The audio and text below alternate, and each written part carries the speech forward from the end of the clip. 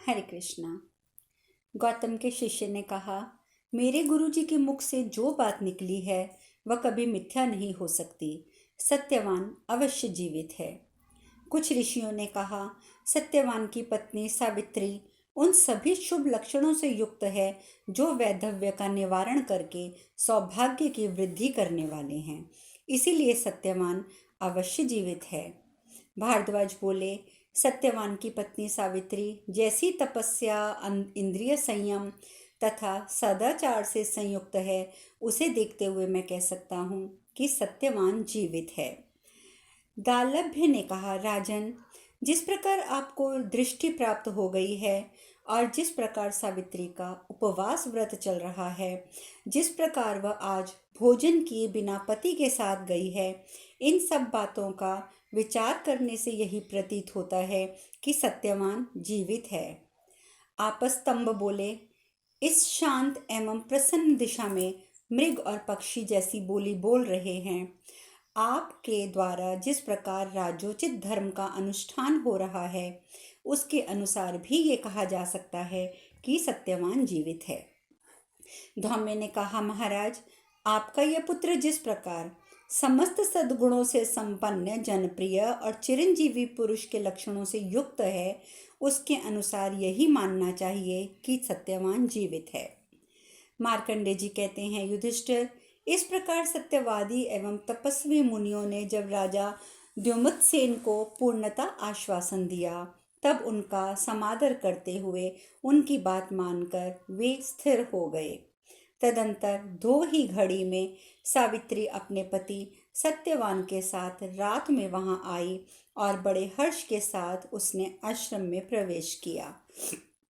तब ब्राह्मणों ने कहा, महाराज, पुत्र के साथ आपका मिलन हुआ और आपको नेत्र भी प्राप्त हो गए हैं।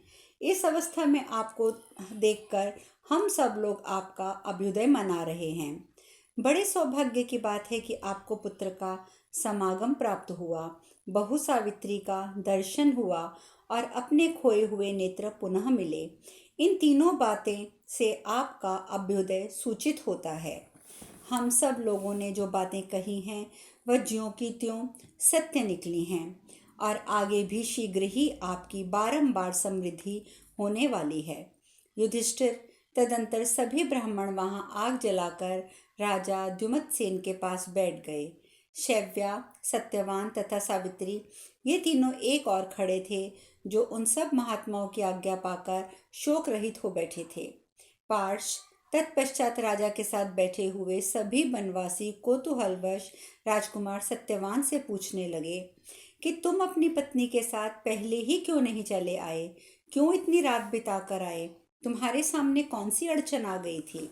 राजपुत्र, तुमने आने में विलंब करके अपने माता पिता तथा हम लोगों को भारी संताप में डाल दिया था।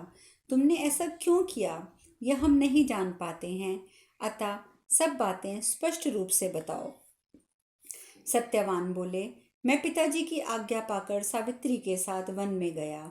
फिर वन में लकड़ियों को चीरते समय मेरे सर में बहुत जोर से दर्द होने लगा। मैं समझता हूँ कि मैं वेदना से व्याकुल होकर देर तक सोता रह गया। उतने समय तक मैंने कभी पहले नहीं सोया था।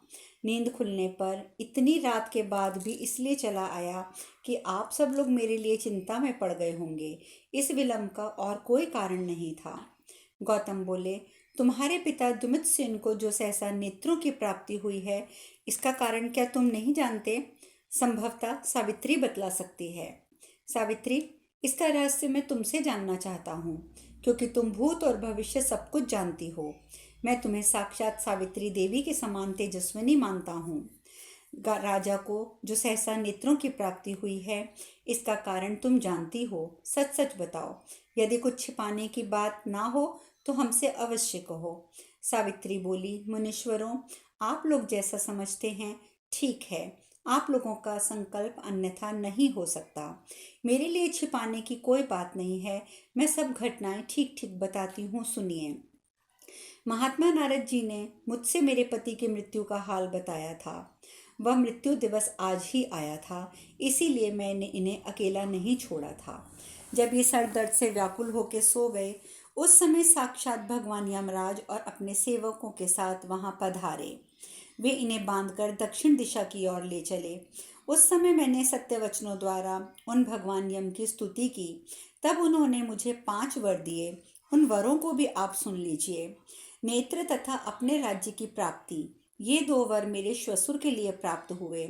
इसके सिवा मैंने अपने पति के लिए, अपने पिता के लिए 100 पुत्र और अपने लिए भी 100 पुत्रों के 2 वर और पाए। 5वें वर के रूप में मुझे मेरे पति सत्यवान 400 वर्षों की आयु लेकर प्राप्त हुए हैं। पति के जीवन की रक्षा के लिए ही तो मैंने ये व्रत किया था।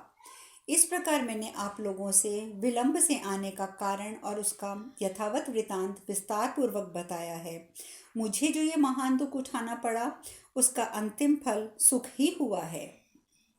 ऋषि बोले, पतिव्रते, राजा द्युमत्सेन का कुल भांति भांति की विपत्तियों से ग्रस्त होकर दुख के अंधकार में गड्ढे में डूबा जा रहा था, परंतु तुम जैसी सुशीला, व्रतपरायणा और पवित्र आचरण वाली कुलीन वधू ने आकर इन सब का उद्धार कर दिया है।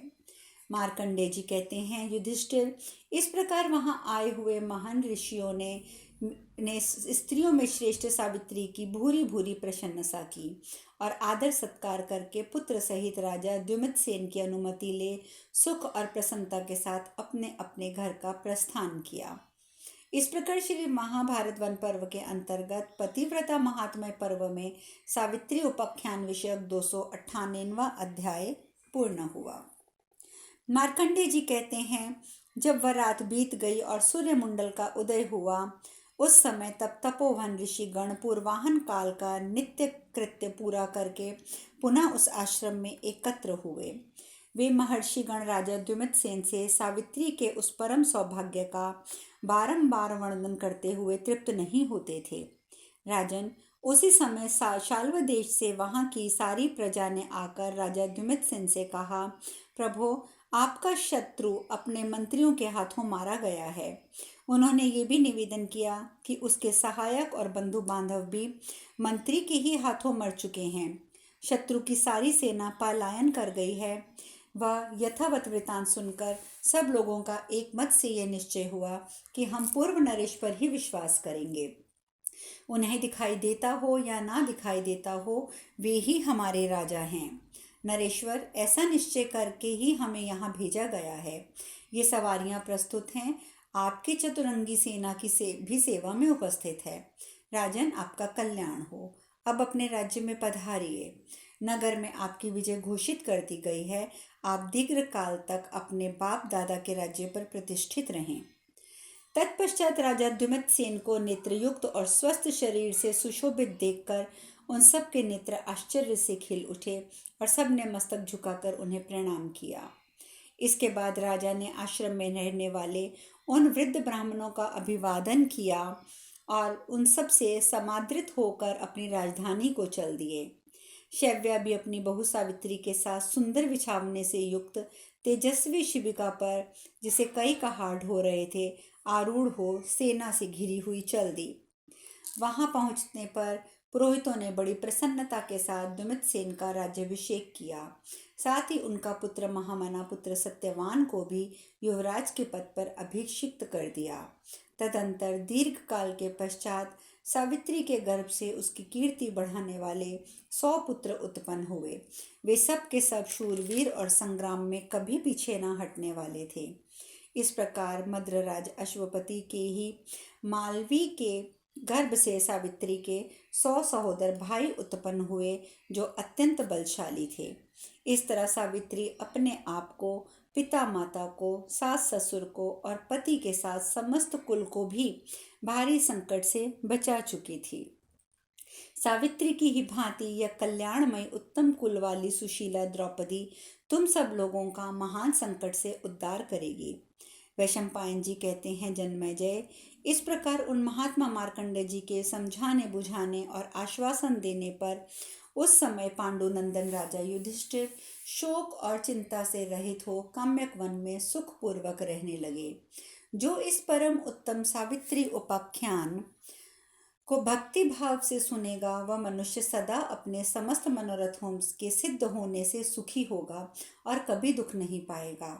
इस प्रकार श्री महाभारत वन पर्व के अंतर्गत पतिव्रता महात्म्य पर्व में सावित्री उपाख्यान विषयक 299वां अध्याय पूर्ण हुआ। जन्मेजय ने पूछा, ब्राह्मण, लोमश जी ने इंद्र के कथानुसार उस समय पांडुपुत्र युधिष्ठिर से जो यह महत्वपूर्ण वचन कहा था कि तुम्हें जो भारी भय लग रहा है या भय लगा रहता है और जिसकी तुम किसी के सामने चर्चा भी नहीं करते हो, उसे भी मैं अर्जुन के यहाँ स्वर्ग से चले जाने पर दूर कर दूंगा। जप करने वालों में श्रेष्ठ वैशंपायन जी धर्मात्मा महाराज युधिष्ठिर को कर्ण से वह कौन सा भारी भय था जिसकी वे किसी के सम्मुख बात नहीं चलाते थे। वैशंपायन जी ने कहा, नृपश्रेष्ठ कुलभूषण, तुम्हारे प्रश्न के अनुसार मैं ये कथा सुनाऊंगा, तुम ध्यान से मेरी बात सुनो। जब पांडवों के वनवास के 12 वर्ष बीत गए और 13वां वर्ष आरंभ हुआ, तब पांडवों के हितकारी इंद्र कर्ण से कवच और कुंडल मांगने को उद्यत हुए। महाराज, कुंडल के विषय में देवराज इंद्र का मनोभाव जानकर भगवान सूर्य कर्ण के पास गए। ब्राह्मण भक्त और सत्यवादी वीर कर्ण अत्यंत निश्चिंत होकर एक सुंदर बिछौने पर बहुमूल्य शैया पर सोया था।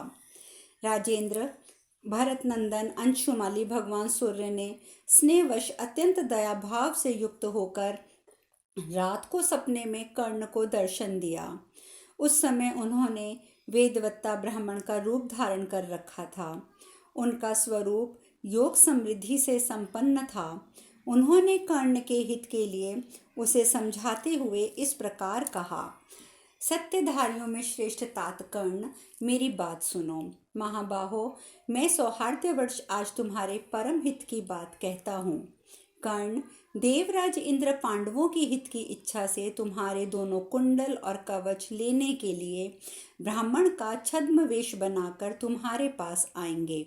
तुम्हारी दानशीलता का उन्हें ज्ञान है तथा संपूर्ण जगत को तुम्हारे इस नियम का पता है कि किसी सत्पुरुष के मांगने पर तुम उसकी अभीष्ट वस्तु दे देते हो, उससे कुछ भी मांगते नहीं हो।